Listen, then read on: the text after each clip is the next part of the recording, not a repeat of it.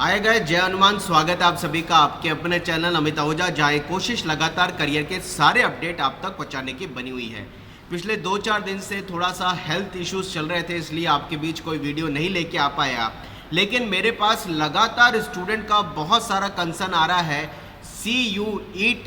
2022 entrance exam को लेकर के, जो कि इंडिया की 44 सेंट्रल यूनिवर्सिटी और लगभग 27 अदर इंस्टीट्यूट के लिए कॉमन प्लेटफॉर्म पे एग्जाम हो रहा है। स्टूडेंट के दिमाग में ये कन्फ्यूजन है, खासकर जेई एस्पिरेंट जो इंजीनियरिंग के लिए पढ़ रहे हैं, उनके दिमाग में बहुत सारे कन्फ्यूजन है। क्या हमें CUET के लिए अप्लाई करना चाहिए या फिर हमें इसको ऑप्शन को चूज नहीं करना चाहिए। मैं कुछ इंपॉर्टेंट पॉइंट्स आपके बीच लेकर के आया हूं ताकि आप ये डिसाइड कर पाएँ कि आप CUET 2022 के लिए एग्जाम दें या उसको स्किप करें। सबसे पहले तो मैं आप सबसे बोलना चाहता हूं कि ये इंडिया का इतना बड़ा ऐसा एग्जाम है जिसमें इंजीनियरिंग के अलावा भी बहुत सारे ऐसे कोर्सेज हैं जो अंडर ग्रेजुएट हैं, इंटीग्रेटेड प्रोग्राम हैं, जिनमें अगर मैं बात करूं तो BA, BSc, BVC, B pharmacy, LLB, BBA, BCom, BCA, BFA, BPA, BA BEd, BBA, MBA,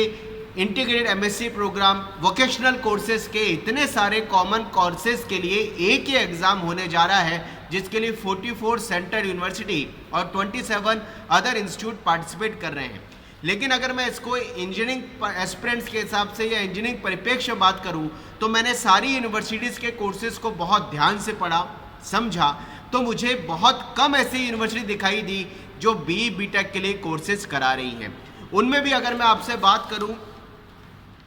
तो मैक्सिमम यूनिवर्सिटीज़ के अंदर कुछ ऐसे कोर्सेज हैं जिनकी या तो मैं कह सकता हूं कि कोर ब्रांचेस के हिसाब से इतनी वैल्यू नहीं है, या फिर प्रोफेशनल ब्रांचेस के हिसाब से मुझे बहुत ज़्यादा ऐसी यूनिवर्सिटी नहीं दिखाई दी। खासकर मैं बात करूं तो 21 यूनिवर्सिटी, क्योंकि 44 सेंट्रल यूनिवर्सिटीज़ हैं, 27 अदर इंस्टीट्यूट हैं, उन 71 इंस्टीट्यूट में से भी केवल 21 यूनिवर्सिटीज़ और इंस्टीट्यूट मुझे ऐसे दिखाई दिए जहां पर BTech के हिसाब से कोर्सेज हैं। इनमें अगर मैं बात करूं तो BHU में केवल dairy technology, food technology, Bennett university Noida में CS, EC, electrical, mechanical, biotech, BML Munjal Gurgaon में CS, EC, mechanical, central university Haryana में CS, electrical, civil, central university Jharkhand में integrated CS, EC, electrical, central university Karnataka में इलेक्ट्रिकल और EC,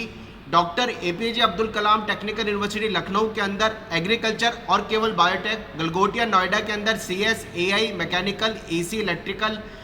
हेमावती नंदन यूनिवर्सिटी जो कि गढ़वाल में है, वहाँ CS, EC, electrical, IT, IES university Bhopal में CS, EC, electrical, IMT Meerut के अंदर CS, EC, mechanical, civil, AI, और जगन्नाथ यूनिवर्सिटी हरियाणा में CS, AI, Jagannath university Jaipur के अंदर CS, AI, EC, electrical, civil, mechanical, data science, Mahatma Gandhi central university Bihar के अंदर केवल CS, Maulana Azad central university में केवल CS, मेवाड़ यूनिवर्सिटी में केवल और केमिकल, नागालैंड यूनिवर्सिटी में CS, IT, mechanical, HNB global university के अंदर CS, एग्रीकल्चर यूनिवर्सिटी के अंदर केवल biotech,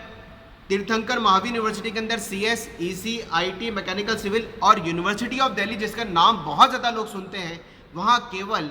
IT and mathematical innovation नाम की ब्रांचेस हैं। यानी ओवरऑल अगर मैं इस चीज़ को आपको समझाने की कोशिश करूँ तो केवल 21 यूनिवर्सिटी 71 यूनिवर्सिटी में से ऐसी है जो केवल BTech या BTech की डिग्री दे रही हैं। लेकिन उसमें से भी अगर देखा जाए तो बहुत ही कम ऐसी यूनिवर्सिटीज़ हैं जिनमें core branches CS, IT, AI, electrical, electronics, mechanical या सिविल है। तो ओवरऑल अगर बात करें,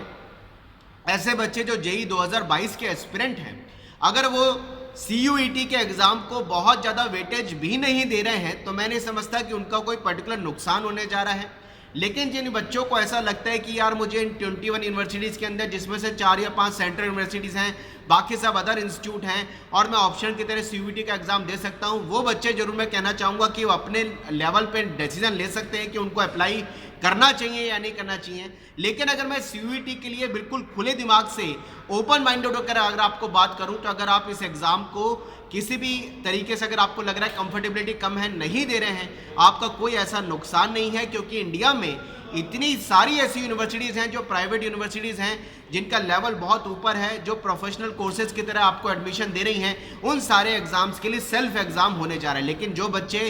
दूसरे कोर्सेज के लिए सोचते हैं, जैसे मैंने अभी इतने सारे कोर्सेज के लिए नाम लिया, उनके लिए जरूर कह सकता हूं कि गोल्डन अपॉर्चुनिटी है अगर वो सीयूईटी के एग्जाम के लिए प्रॉपर तरीके से पॉजिटिव होकर सोचते हैं। लेकिन जिन बच्चों को इंजीनियरिंग के हिसाब से बीटेक करना है, उनके लिए इस यूनिवर्सिटीज़, इस एग्ज़ाम के अंदर काफ़ी कम यूनिवर्सिटीज़ हैं और उसके अंदर कुछ कोर्सेज ऐसे हैं जो स्कोर ब्रांचेस के हिसाब से और ज़्यादा लिमिटेड हैं। उम्मीद करता हूँ मेरे इस वीडियो के बेसिस पर आपको समझ आया होगा कि आप सीयूईटी के लिए एग्जाम दें, या फिर अगर आप उसको स्किप भी कर रहे हैं तो आपका कोई बहुत बड़ा ऐसा लॉस नहीं दिखाई दे रहा है, क्योंकि बहुत सारे ऐसे एग्जाम्स हैं जो प्राइवेट कॉलेजेस के लिए एंट्रेंस एग्जाम सेल्फ इस साल भी ले रहे हैं, और जेईई मेन के बेसिस पे तो इंजीनियरिंग के हिसाब से बहुत सारे स्टेट के कॉलेज और बहुत सारे प्राइवेट कॉलेज आपके लिए ओपन हो रहे हैं। Wish you all the best. मिलते रहेंगे कुछ और नए कंटेंट के साथ नेक्स्ट वीडियो में। Stay tuned with us.